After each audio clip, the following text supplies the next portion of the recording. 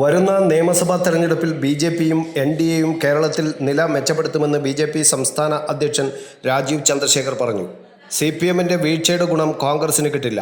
കേരളത്തിലെ 140 മണ്ഡലങ്ങളിലും ജനങ്ങൾ മാറ്റം ആഗ്രഹിക്കുന്നു. മുഖ്യമന്ത്രിയുടെ മണ്ഡലമായ ധർമ്മടത്ത് പോലും ജനങ്ങൾക്കിടയിലുള്ള ഈ ആവശ്യം ഞാൻ നേരിട്ടറിഞ്ഞിരുന്നു. ഒരു CPM MLAയ്ക്ക് വോട്ട് നൽകാൻ ഇനി എന്ത് ലോജിക്കാണ് വോട്ടർമാർക്ക് മുന്നിലുള്ളത്? ത്രിപുരയിലും ബംഗാളിലും മാറ്റം പെട്ടെന്ന് സംഭവിച്ചതാണ്.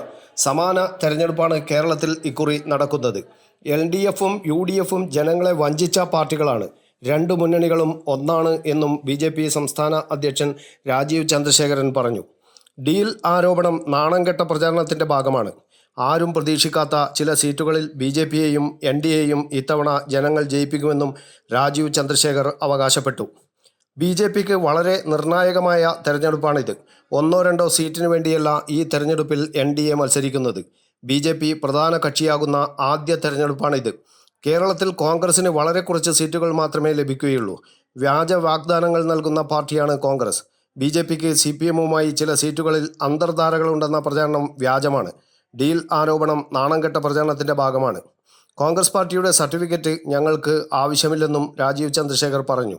കേരളത്തിൽ 3ാം LDF സർക്കാരിനുള്ള സാധ്യത വട്ടപൂജ്യമാണെന്നാണ് രാജീവ് ചന്ദ്രശേഖരൻ്റെ അഭിപ്രായം. നിയമത്തോട് തനിക്ക് കടപ്പാടുണ്ട്. അവിടെ വലിയ പ്രതീക്ഷയുമുണ്ട്. തിരുവനന്തപുരത്ത് ലോക്സഭാ തെരഞ്ഞെടുപ്പിൽ കോൺഗ്രസും CPMും ചേർന്ന് എന്നെ തോൽപ്പിച്ചു. മന്ത്രി V. ശിവൻകുട്ടി എപ്പോഴും എന്നെ വിമർശിക്കുന്നത് സ്നേഹം കൊണ്ടാകാം. V. ശിവൻകുട്ടി പരാജയപ്പെട്ട MLAയും മന്ത്രിയുമാണ് എന്നും BJP സംസ്ഥാന അധ്യക്ഷൻ രാജീവ് ചന്ദ്രശേഖർ പറഞ്ഞു. News bureau, Kannur media.